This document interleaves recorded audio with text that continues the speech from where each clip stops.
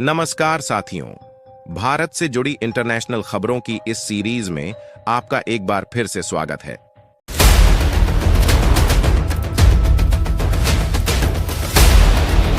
United nation के अंदर भारत को लेकर इजराइल ने लगाई ऐसी दहाड़ कि मुस्लिम देशों में मची हलचल। इजराइल के पीएम ने मुस्लिम देशों को सिखाया ऐसा सबक कि सारे मुस्लिम देश भारत के समर्थन में कूदे। इजराइल ने भारत का मैप दिखाकर पूरी दुनिया को किया सन्न। पाकिस्तान को दे डाली खड़ी धमकी। वीटो की कुर्सी पर बैठकर भारत ने दिखाना शुरू कर दिया अपनी ताकत। अब भारत की पूरी दुनिया में हो रही है जमकर तारीफ। दोस्तों, संयुक्त राष्ट्र सभा के अंदर इजराइल के पीएम ने भारत को लेकर वह कर दिखाया है जो इतिहास में अभी तक कभी नहीं हुआ। दरअसल इजराइल के पीएम बेंजामिन नेतन्याहू ने यूनाइटेड नेशन के अंदर दहाड़ लगाते हुए भारत के लिए रोड़ा खड़ा करने वाले देशों को लेकर कि कुछ ऐसी बात कही है जिसके बाद पाकिस्तान, चीन के होश उड़ चुके हैं। इसके अलावा दुनिया के वह तमाम मुस्लिम देश जो अब तक भारत के लिए रोड़ा खड़ा करते आए हैं, उन देशों में भूचाल आ गया है।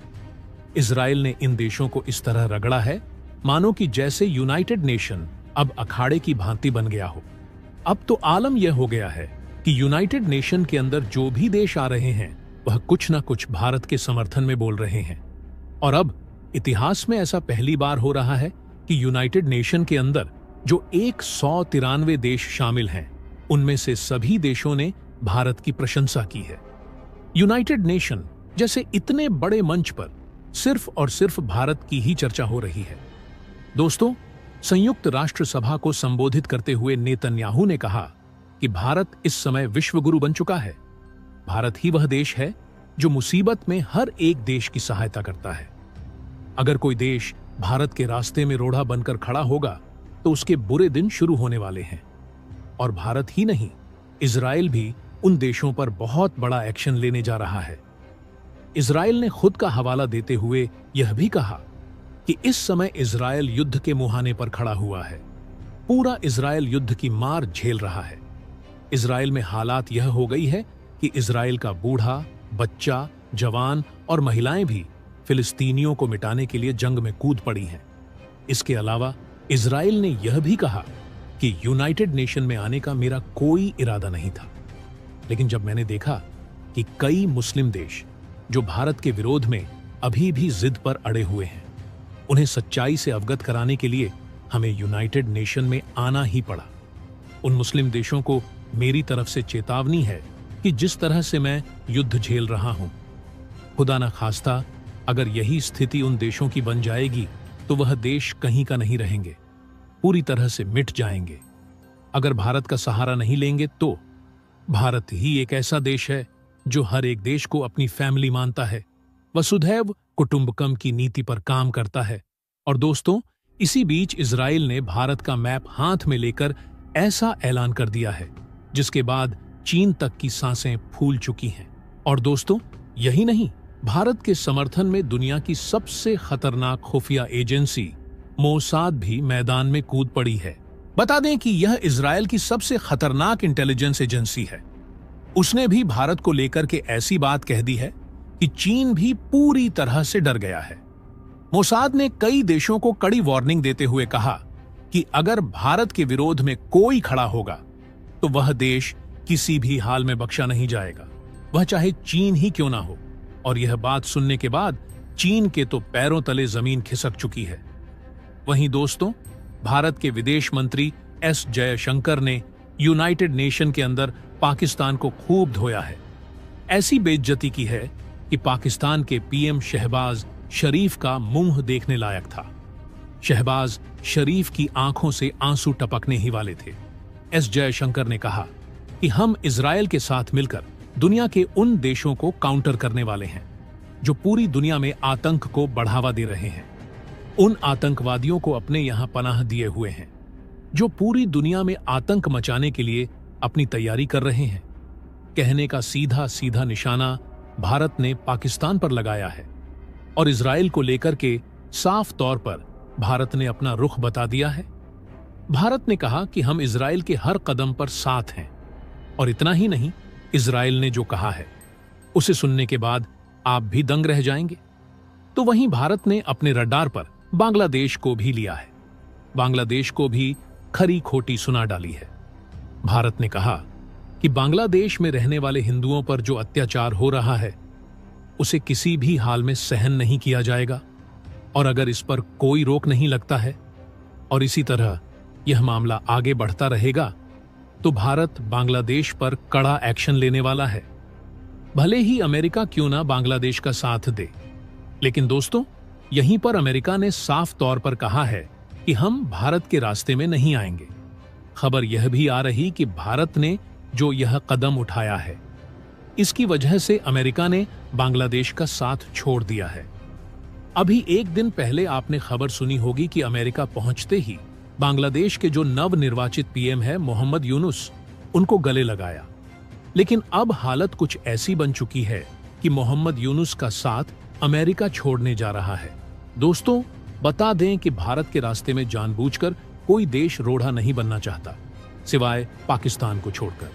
पाकिस्तान ही वह ऐसा देश है जो जानबूझकर भारत के विरोध में हमेशा खड़ा रहता है, और इस समय चीन भी पाकिस्तान का साथ छोड़ दिया है।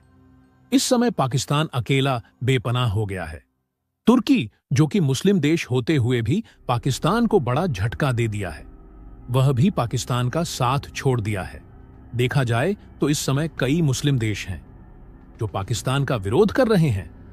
तो दोस्तों, पूरी खबर क्या है जानेंगे इस वीडियो में। इजराइल के पीएम नेतन्याहू ने भारत का मैप लेकर ऐसा क्या कह दिया है जिससे पूरी दुनिया दंग रह गई है। साथ ही साथ भारत के विदेश मंत्री एस जयशंकर ने पीओके को लेकर के पाकिस्तान को ऐसी क्या लताड़ लगाई है कि पाकिस्तान खुद ब खुद पीछे हट गया है। तो दोस्तों, वीडियो में सब कुछ पता चलने वाला है, लेकिन उससे पहले भारत के इस कामयाबी के लिए इस वीडियो पर एक लाइक तो बनता है। फटाफट वीडियो को लाइक कर दीजिए।